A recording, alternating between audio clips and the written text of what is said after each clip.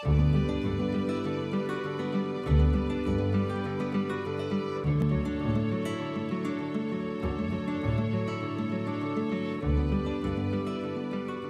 около 10 лет я занимаюсь этим творчеством. Вот. До этого был опыт, я писала на бумаге, там, акварель, графика, карандаш. Но вот почему-то стекло, я не знаю, своей сложностью, своими какими-то нюансами он меня привлекает. В 2010 году Эльвира Османова меня познакомила с Мамутом Черло в Перевальном. Вот. И он показал мне технику росписи по стеклу. Вот. И сложно было. Первый год я одну работу целый год писала. Почему? Потому что тушь осыпалась, а стекло, там были свои нюансы, которые нужно было учитывать.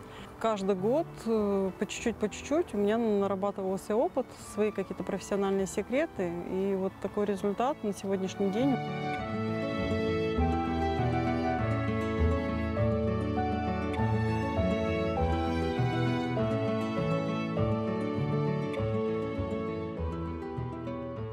Когда я училась по своей специальности художник-модельер по прическам в Ташкенте, у нас преподавали изобразительное искусство, но в основном преподавали строение черепа, анатомию человека. И мне потом перестроиться на тот сюжетный вариант, вот, где рисуются человечки в таком наивном искусстве, было немножко сложновато.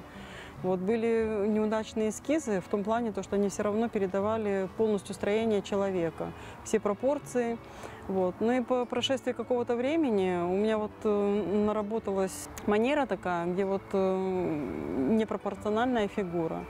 Но здесь весь смысл заключается в том, чтобы на эту непропорциональную фигуру одеть традиционный костюм. Вот, и через такое наивное искусство, упрощенное, ты закладываешь большой этнографический материал. Вот. Цель здесь стоит такая, чтобы помимо костюма отражается еще и интерьер, орнаменты. Ну вот и стараюсь теперь фольклор и обычаи наши передать. Сейчас очень много соблазнов в том плане, что мы уходим от традиционного, мы забываем свои одеты, вот. Но это все естественно в том плане, что цивилизация и этот темп жизни, он диктует свои условия. Но если мы будем оторваны от этого, то у крымско-татарского народа будущего не будет. Допустим, сейчас идет агитация по поводу того, чтобы говорить на родном языке. Но не нужно было бы, наверное, агитировать, если бы, допустим, у нас были бы дома в крымско-татарском стиле, в этом доме был бы интерьер в крымско-татарском стиле, это были бы миндеры, низкие столики, рафы. В этом случае естественным образом была бы потребность говорить на родном языке. Когда переехала в Крым, столкнулась. Но здесь, знаете, естественно, потребность проявить то, что вот свойственно нашему народу.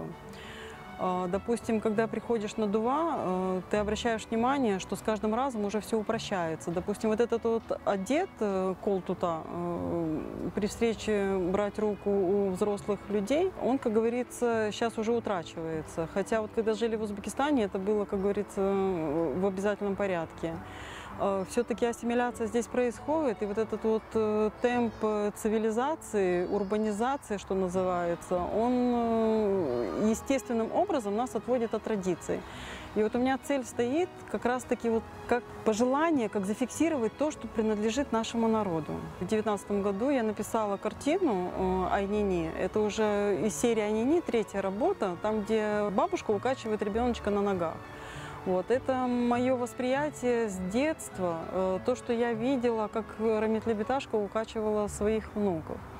Вот. И мне захотелось, я вот ее, знаете, я просто увидела этот момент, как вот эта косыночка, она не была завязана, она была слегка на голову накинута, вот полурастрепанные косы. И вот у меня просто, вот пока я писала эту работу, я внутри, вот у меня вот связь это с детством, с нашим традиционным, это меня как-то питает и создает такое желание вот изображать вот как раз-таки то, чем я занимаюсь.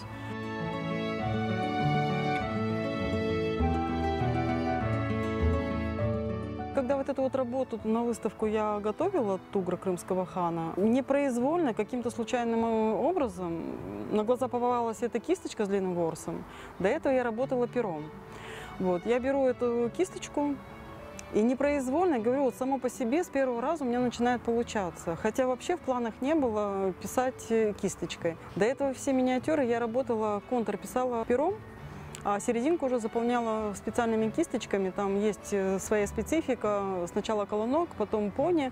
Заполняешь по контуру аккуратненько акриловыми красками.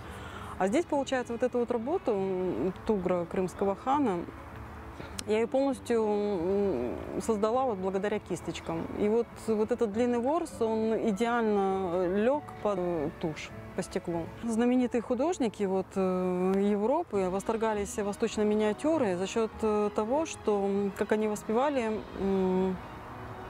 красота колорита. Вот эта красота колорита, она создавалась вручную, миниатюра. Краска накладывалась на краску, и картина, восточная миниатюра, она была как бы рифленая. Вот. И у меня получается вот на этой работе тоже Тугра крымского хана, там я использовала 4 золота: белое, золото инков, золото майя и бронзу. И так удивительно, я говорю, вот непроизвольно. Ты просто в процессе работы, чисто интуитивно работаешь, проходит какое-то время, ты смотришь, а у тебя этот рисунок получается рифленый. И мне бывает приятно то, что я сама провожу как бы аналогию между художниками того периода времени и сегодняшним днем. На протяжении вот какого-то времени я все кисточки подстригала. И получается, это чисто было, знаете, в плане какой-то интуиции. Вот. А потом читаю про художников, которые при Китабхане, это вот иранская школа, специально были обученные люди, которые готовили эти кисточки. Они брали волоски у двухнедельных котят, каждую волосинку под каким-то специальным углом стригли и собирали такие тонюсенькие кисточки, и работа была очень тонкая. У меня были сомнения в самом начале вот моего творчества, потому что, как сказать, вот это вот табу, нельзя рисовать людей. Вот. У меня моя любимая тезешка, женщина верующая, она читает дува и старается жить по всем правилам ислама. Вот. Я у нее как-то спросила, говорю, Тезе гунах, вот я же людей рисую, мне Тезе сказала, говорит, если это Аллах и Ши, оно тебе придет само по себе. На протяжении какого-то времени у меня нарисовалась такая кукляха, ну, как я их называю, вот миниатюры. И дальше больше я это, как говорится, мастерство оттачивала. Каждый день, практически каждый день я занимаюсь рисунком. Хоть по чуть-чуть, но каждый день я уделяю этому внимание. Поэтому сказать талант, сел и нарисовал, так не бывает. Даже если вам что-то дано, вы должны его оттачивать в том плане, то, что в себе его улучшать. Я сама замечаю, что вот на протяжении 10 лет у меня есть прогресс в том плане, то, что если я сначала работала с архивным материалом, у меня вот были только орнаменты, и на картине один персонаж. На сегодняшний день я уже себе представляю сценку, какой-то жанровый сюжет, и с этого жанрового сюжета, накладывая вот мой вот этот стиль через наивное искусство, я рисую уже картину. На будущее вот уже есть несколько эскизов, но в стекле еще не работала. Мне хотелось бы создать такую работу полномасштабную, прорисовать там, допустим, интерьер, дом, архитектуру крымско-татарского дома, двор. И сюжет уже не 1-2, а 3-4 человека.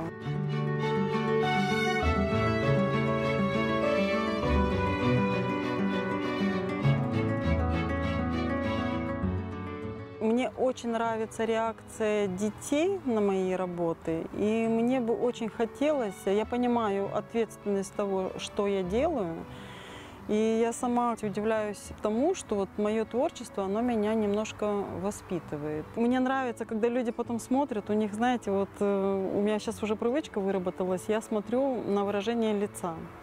И я иной раз обращаю внимание, как вот человек смотрит на мои работы, и у него мышцы лица, они расслабляются. Непроизвольная улыбка, и для меня это вот большой комплимент.